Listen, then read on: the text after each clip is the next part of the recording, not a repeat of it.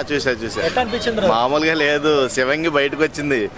ఎవరితో అయితే body shaming చేయబడిందో, ఎవరైతే జీరో అన్నారో, ఎవరైతే పైనుంచి కింద దాకా చూసి హేళన చేశారో, నువ్వు ఆడలేవు పరిగెట్టలేవు అన్న వాళ్ళ మీద ఆడి గెలిచి చివరి మెగా చీఫ్ అయింది రోహిణి. నిజంగా అప్రిషియేట్ యూ లేడీ టైగర్. నిజంగా చెప్పాలంటే రాత్రి ఒక్క దెబ్బతో అసలు బిగ్ బాస్ కూడా అప్రిషియేట్ చేశాడు శివంగి అనే సాంగ్ వేసి. నిజంగా లిటరల్లీ గూస్ బంప్స్ మాట.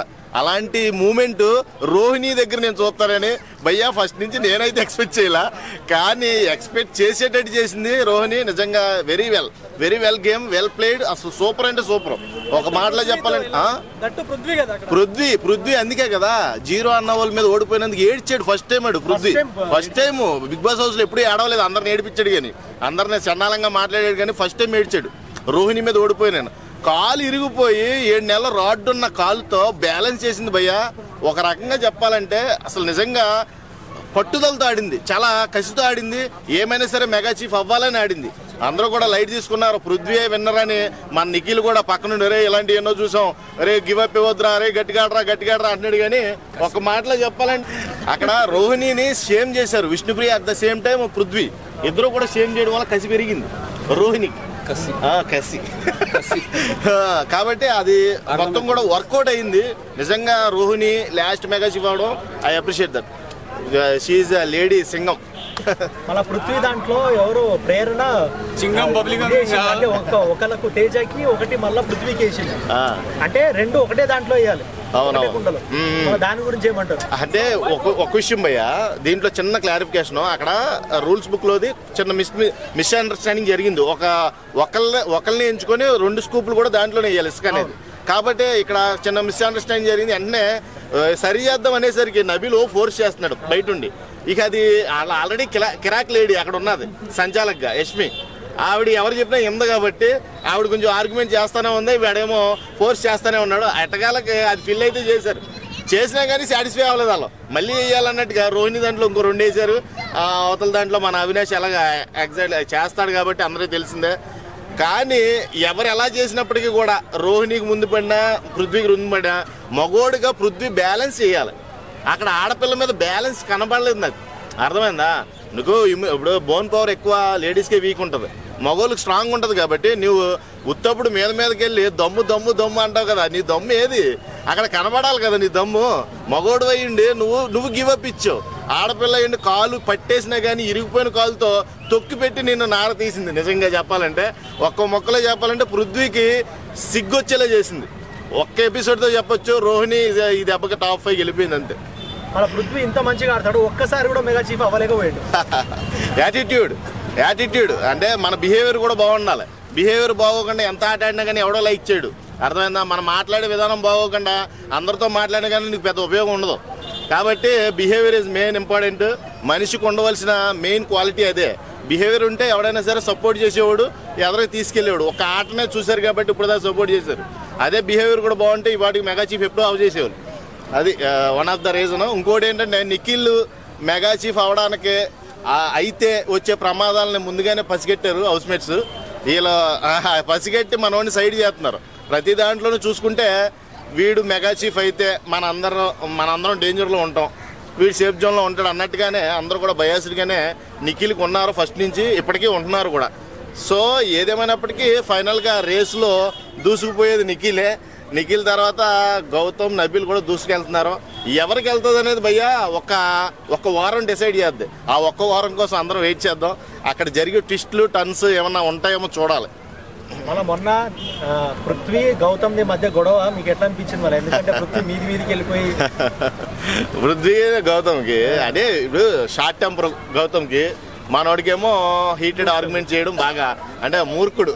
రకంగా చెప్పాలంటే మూర్ఖుడితో గొడవ, సైకోతో గొడవ అంటే మామూలుగా ఉండదన్నమాట. అంటే నువ్వు అంటే ఇప్పుడు ఎవరైనా సరే తగ్గిపోతారో అన్నట్టుగా నువ్వు మీదకి వెళ్తున్నావా, లేకపోతే తగ్గడం అన్న కొడుతూ నువ్వు పోరాడుతున్నావా?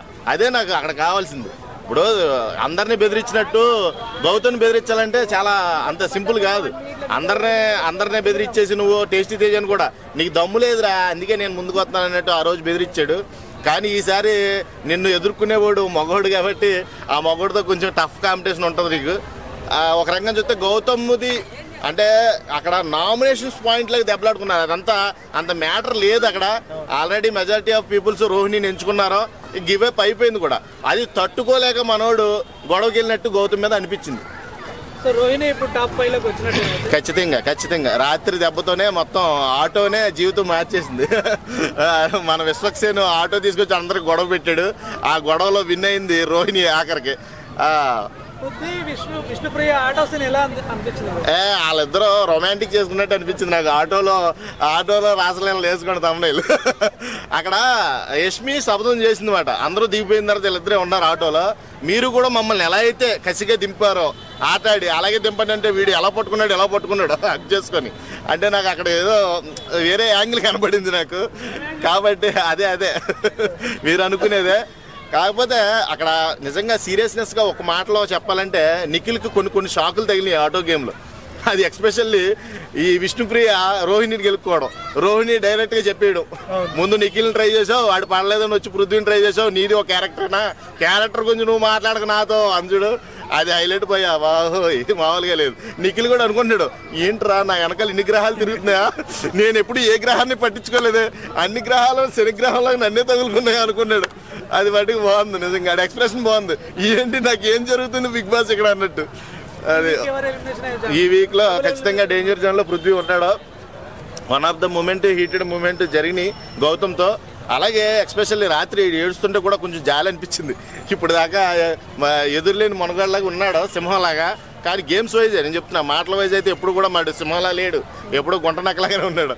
కాబట్టి రాత్రి రోహిణి గెలవడం కంటే ఈడు ఏడవడం నాకు అంత పెద్దగా కనిపించలేదు.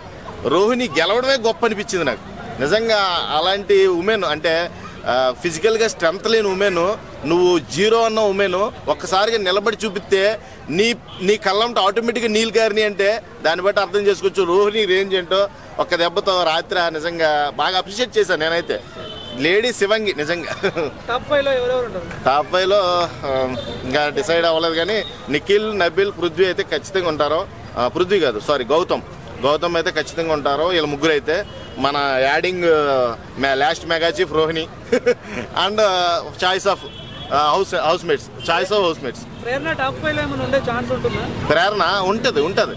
యాటిట్యూడ్ కూడా కొంచెం చేంజ్ అవుతూ వచ్చింది. నేను చూసా అలా ఫస్ట్ యానివర్సరీ అన్నది చిన్న కేక్ తెచ్చి సర్ప్రైజ్ చేశారు. వామ్మో కిందకి దిగి ఏడ్ చేస్తూనే ఉంది. అలాగా కొద్దిగా రోహిణికి ఏంటంటే పార్షియాలిటీ ఎక్కువ, ఈగో ఎక్కువ. పార్షియల్గా చూస్తా అందరిని కూడా కొంచెం హీనంగా చూస్తుంది, హీనంగా మాట్లాడుద్ది. అదొక్కటే కానీ గేమ్ వైజ్గా ప్రేరణ ఈజ్ గుడ్ గేమర్. లేదు పృథ్వీ టోటల్లీ డిఫరెంట్. ప్రేరణదేమో స్వార్థం, పృథ్వీదేమో మెంటల్. అర్థమైందా? మెంటల్కే స్వార్థానికి చాలా తేడా ఉంది. వీడికి మెంటల్ వచ్చిందంటే అలా దూసుకుంటా పోతాడు, స్ట్రైట్ ఫార్వర్డ్. నీకు పక్కన కూడా ఎవరి గురించి మాట్లాడు పృథ్వీ. అందుకే ఇన్నాళ్ళు సేవ్ అవుతూ వచ్చాడు. లేకపోతే అసలు ఎప్పుడో వెళ్ళిపోవాలి, 3rd వీక్ 4th వీకే వెళ్ళిపోవాలి. అలాంటి వాడు ఇప్పుడు దాకా వచ్చాడంటే మెంటల్లీ స్ట్రాంగ్. పక్కన వాళ్ళ దగ్గర వేరే వాళ్ళ గురించి బ్యాడ్గా మాట్లాడు అసలు నేను ఎప్పుడు చూడలేదు. నిఖిల్ అంటే కొంచెం డౌటే. గౌతమ్ రేస్ గుర్రంలా దూసుకెళ్తున్నాడు కాబట్టి ఈ రేస్ గుర్రాన్ని ఆపాలి. కల్లిమేసి ఆపగలడా లేకపోతే కళ్యాణికి చిక్కుపోయి దొల్లుకుంటూ పోతాడో చూడాలి. నబీల్ అంటే వన్ ఆఫ్ ద పాయింట్ చెప్తాను భయ్య. నేను జరిగిన ఎపిసోడ్ మొత్తంలో నబీలు ఎక్కడ కూడా ఇక్కడ రోహిణిని కానీ టేస్టీ తేజని కానీ సపోర్ట్ చేయడం నేను చూడాల. యాజ్ ఏ ఓజీ క్లాన్గా మనవాడినే సపోర్ట్ చేశాడు పృథ్వీ అవ్వాలన్నట్టుగా. కాబట్టి అక్కడ కొంచెం ఓట్ బ్యాంకింగ్ అనేది కొంచెం డిఫరెన్షియేషన్ వస్తుంది నబీల్కి. అదొక పాయింట్. ఇంకోటి ఏంటంటే నబీల్కి అంత లేదు, అంటే రేస్లో సెకండ్ ప్లేస్కి వెళ్ళే అంత లేదు అనిపిస్తుంది. ఇప్పుడు మొత్తం చూస్తే నిజంగా నబీల్ గుడ్ గేమర్ కానీ సెకండ్ ప్లేస్కి వెళ్ళే అంత లేదు అనిపిస్తుంది వీళ్ళిద్దరితో పోలితే. వీళ్ళిద్దరు ఎవరైనా తప్పులు చేసి దొరికేయాలి, అప్పుడు నబీల్ దూరేస్తాడు అంతే.